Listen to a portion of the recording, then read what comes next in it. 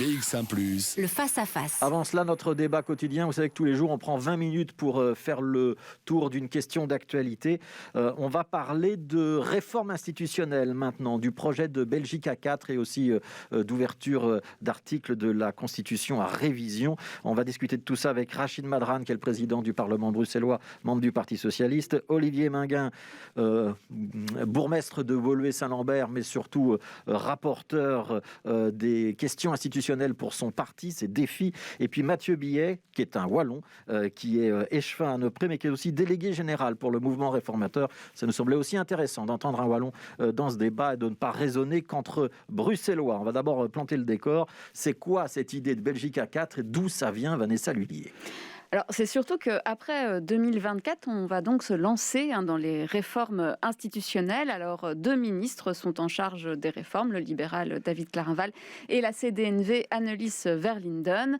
5 articles de la Constitution seront révisés. Il s'agit des articles 48 et 142 relatifs à la validation des élections et à la fonction de parlementaire, et des articles 46 et 96 relatifs à la formation du gouvernement, et de l'article enfin 195 relatif à la révision de la Constitution. Alors l'ambition, c'est de moderniser la structure de notre État, de la rendre plus efficace et d'approfondir les principes démocratiques. Enfin, c'est en tout cas ce qu'a dit notre Premier ministre Alexander De Croo. Le but est aussi d'éviter une trop longue période pour former un gouvernement. Il est envisagé de mettre donc une deadline, et le gouvernement fédéral a aussi décidé de lancer une plateforme en ligne afin de recueillir les opinions à propos de la réforme de l'État. Alors la Belgique A4, c'est effectivement la Belgique avec donc 4 régions, et vous pourrez donner votre avis sur cette plateforme qui sera accompagnée par un comité de pilotage. Voilà, donc article ouvert à révision, c'est une annonce qui date de vendredi de la part du gouvernement fédéral. Cette Belgique A4, on sent bien qu'elle est en train de se préparer, qu'on est en train d'en parler. Je vais commencer avec vous, Rachid Madrane, parce que votre président de parti, Paul Magnette, a pris officiellement et ouvertement position en faveur de cette Belgique A4. On sait qu'au sein de la famille socialiste, certains socialistes bruxellois sont pas tout à fait acquis à cette idée.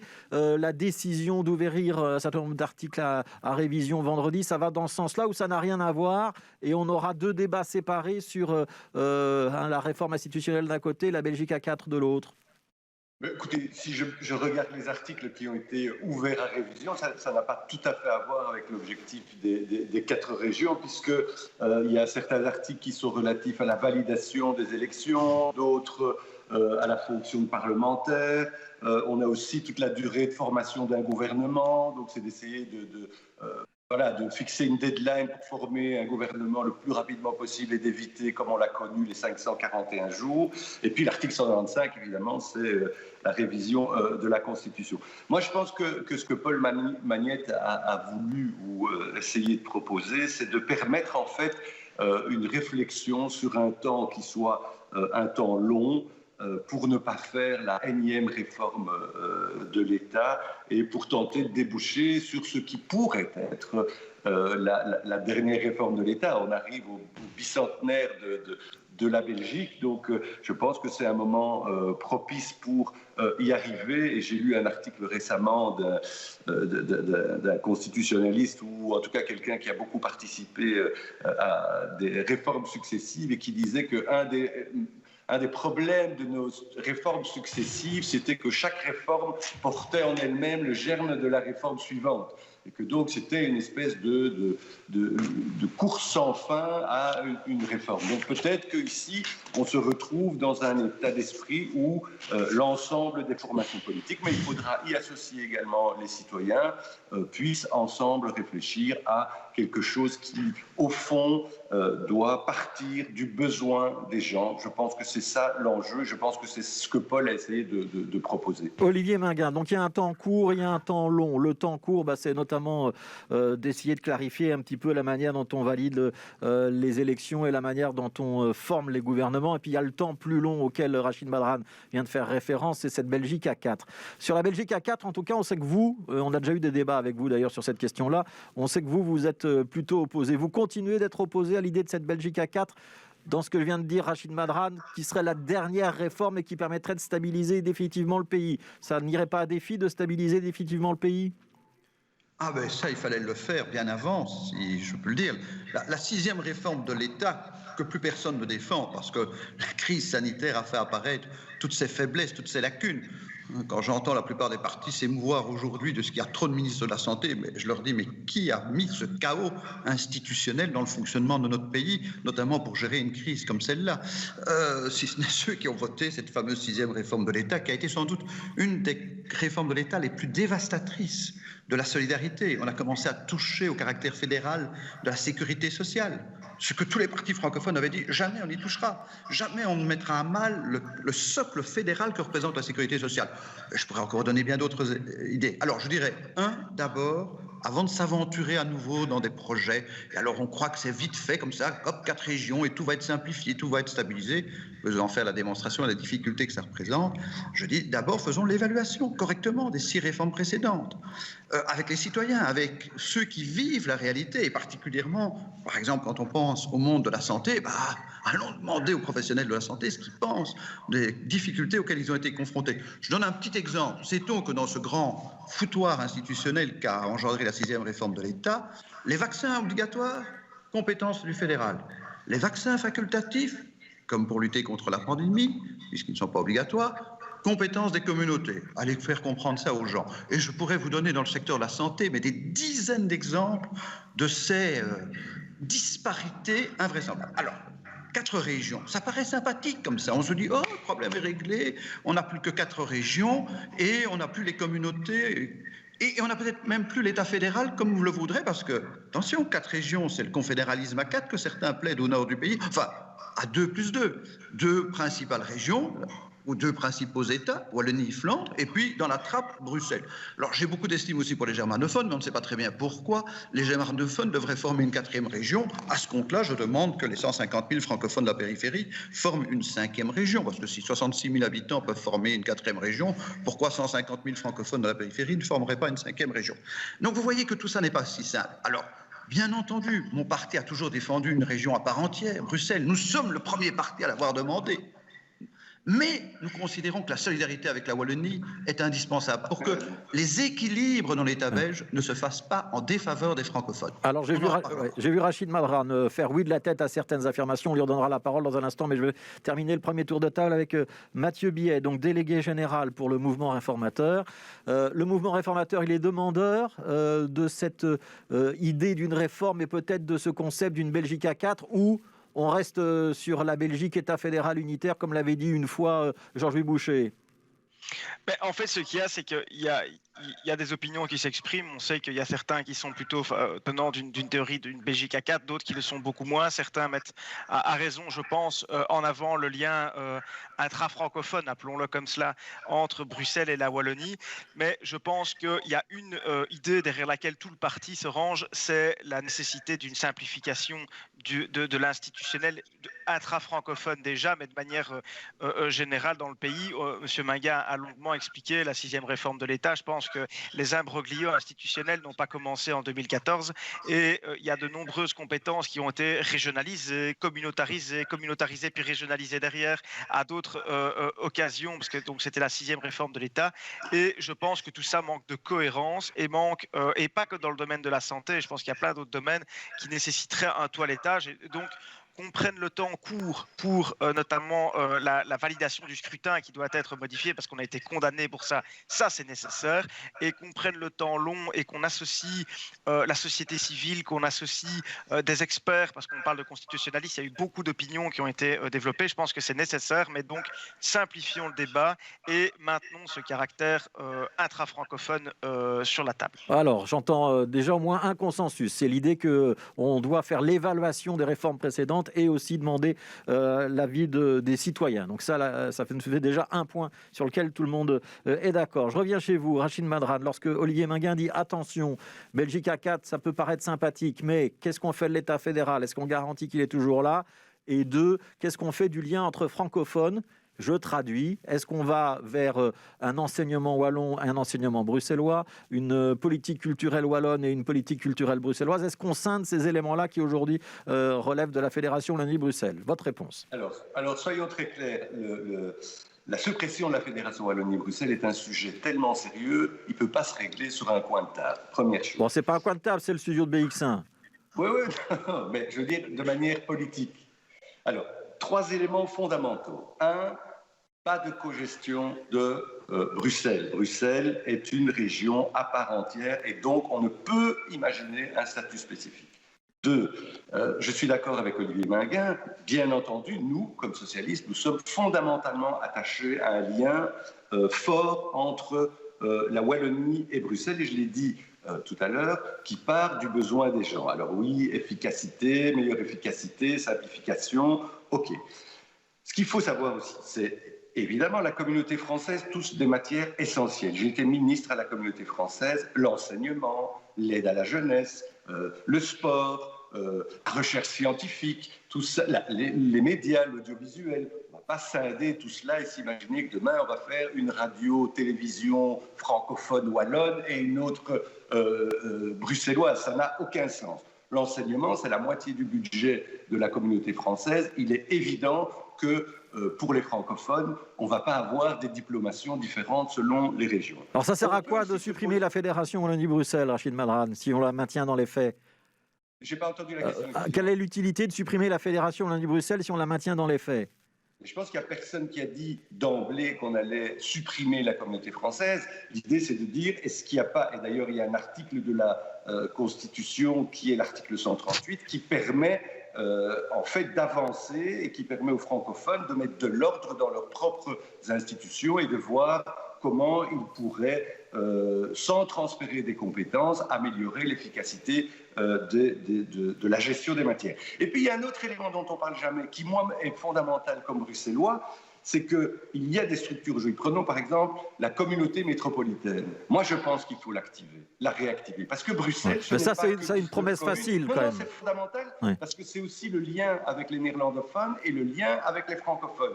Est-ce que les Flamands sont d'accord de lâcher leur enseignement au profit de Bruxelles? Donc tout ça est très très compliqué et au bout du chemin, il y a une question qui est fondamentale, c'est le financement de la région bruxelloise qui doit être évidemment garanti, mais aussi, soyons clairs, le financement de la Fédération Wallonie-Bruxelles, de la communauté française. On sait que les finances de cette institution sont aujourd'hui en grande difficulté et il faudra aussi y réfléchir dans l'intérêt de nos concitoyens, qu'ils soient bruxellois ou qu'ils soient wallons. Ouais, alors on avance dans ce débat. Il y a justement une proposition de Sven Gatz, qui est le ministre du budget de la région bruxelloise, qui est de dire, pour régler les problèmes de financement, on pourrait dire qu'il y a une partie de l'impôt sur les personnes physiques qui serait redistribuée dans le lieu où on travaille et non plus versée intégralement dans la région où on réside. C'est une bonne piste. Mathieu Billet, je vous vois être un petit peu sceptique. C'est tout le problème, M. Madrane l'a exprimé, c'est que... C'est un libéral néerlandophone, mais c'est un libéral quand même, Sven Gatz. S'il vous plaît? C'est un libéral néerlandophone, mais c'est un libéral quand même, Sven Gatz. Oui, mais on a déjà remarqué que les libéraux néerlandophones à Bruxelles n'ont pas toujours suivi la même ligne que les libéraux francophones, sinon je pense qu'on arrêterait d'être séparés, soit dans le gouvernement, soit dans l'opposition. Mais, blague dans le coin, en fait c'est le véritable problème, c'est que cette communauté française n'a pas la possibilité de prélever son impôt, elle a la capacité, et la région de Bruxelles-Capitale vit aussi des travailleurs qui font une sorte de transhumance quotidienne vers la région pour aller y travailler. Donc c'est clair qu'une localisation IPP de l'impôt permettrait un financement. Et c'est là tout le nœud du problème. Alors c'est encore une réforme qui est lancée comme ça. Est-ce qu'elle est soutenue? Est-ce qu'elle est étudiée? Ça, c'est un autre débat à voir, parce que fatalement, dès l'instant où cette localisation de l'impôt se ferait là où le travail est effectué au niveau de la région notamment, ça pose toute la question de savoir que vont faire les autres régions de ces impôts qui sont perdus. Donc je pense que c'est une idée qui est lancée comme ça, qui doit peut-être faire partie du débat, mais à titre personnel, je n'en suis pas intimement convaincu dès l'instant où on ne voit pas ici le début d'une théorie qui soutiendrait cette hypothèse. Ouais, Olivier Minguin, le problème du financement de la Fédération Wallonie-Bruxelles et de la région bruxelloise, c'est le cœur du problème aussi? Certainement, certainement. Et je dirais aux francophones, ne vous aventurez plus, comme vous l'avez fait lors de réformes précédentes, en évaluant si mal les conséquences budgétaires où les institutions francophones se sont retrouvées lourdement pénalisées et en très grande difficulté budgétaire. Alors, il faut quand même distinguer deux choses. Un, en ce qui concerne les charges que supporte Bruxelles du fait de son rôle de capitale. Je pense notamment en question de mobilité. Il est évident que la STIP transporte aujourd'hui une bonne partie de sa clientèle, ce sont des gens qui ont travaillé dans Bruxelles, et je dirais même que les lignes de métro, les lignes de tram, les lignes de bus sont organisées pour faciliter l'entrée dans Bruxelles et desservent bien plus aux heures d'entrée qu'aux heures où ce sont les Bruxellois qui se déplacent. Donc il y a là une charge incontestable et il faut voir comment on mutualise cette charge. Mais en ce qui concerne le financement de la fédération, moi je voudrais redire une chose essentielle. La fédération Wallonie-Bruxelles représente pour des centaines de milliers de travailleurs, des enseignants, des personnes qui travaillent dans les crèches, des personnes qui travaillent dans toutes les infrastructures culturelles, des personnes qui travaillent dans le secteur de l'aide à la jeunesse, un seul et même bassin d'emploi. Demain, vous régionalisez.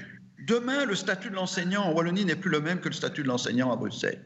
Vous créez des difficultés d'accès au marché de l'emploi de part et d'autre.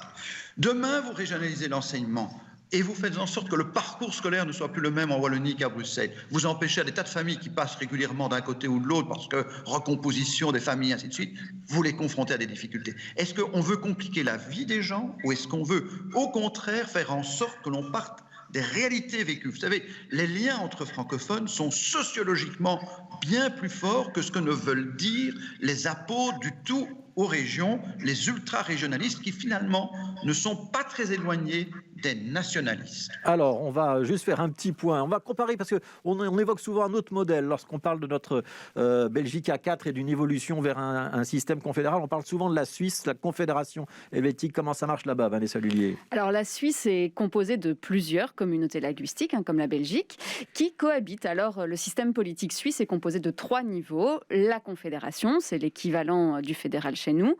Puis, il y a les cantons, sorte d'États fédérés, équivalent des régions pour la Belgique, et des communes. Alors, comme en Belgique, les cantons ont cédé une partie de leur pouvoir à la Confédération, mais gardent certaines compétences comme l'éducation, les hôpitaux ou la police. La Confédération délègue également l'application de certaines décisions sur le terrain au canton. Chaque canton est comme un micro-État, en fait, qui peut créer ses propres institutions, sa propre constitution, dans les limites de ce qui est défini et du respect de la démocratie. À noter aussi que, contrairement à la Belgique, eh bien, la Suisse, elle combine démocratie représentative et démocratie directe. Les citoyens élisent leurs représentants aux 3 niveaux de pouvoir, mais peuvent se prononcer aussi par des votations. Voilà, et la démocratie représentative, c'est très à la mode. En ce moment, on n'arrête pas d'en parler. Olivier Minguin, pourquoi est-ce que ce qui marche en Suisse, avec ces cantons qui délèguent d'eux-mêmes des compétences à l'étage supérieur, pourquoi ça ne pourrait pas marcher chez nous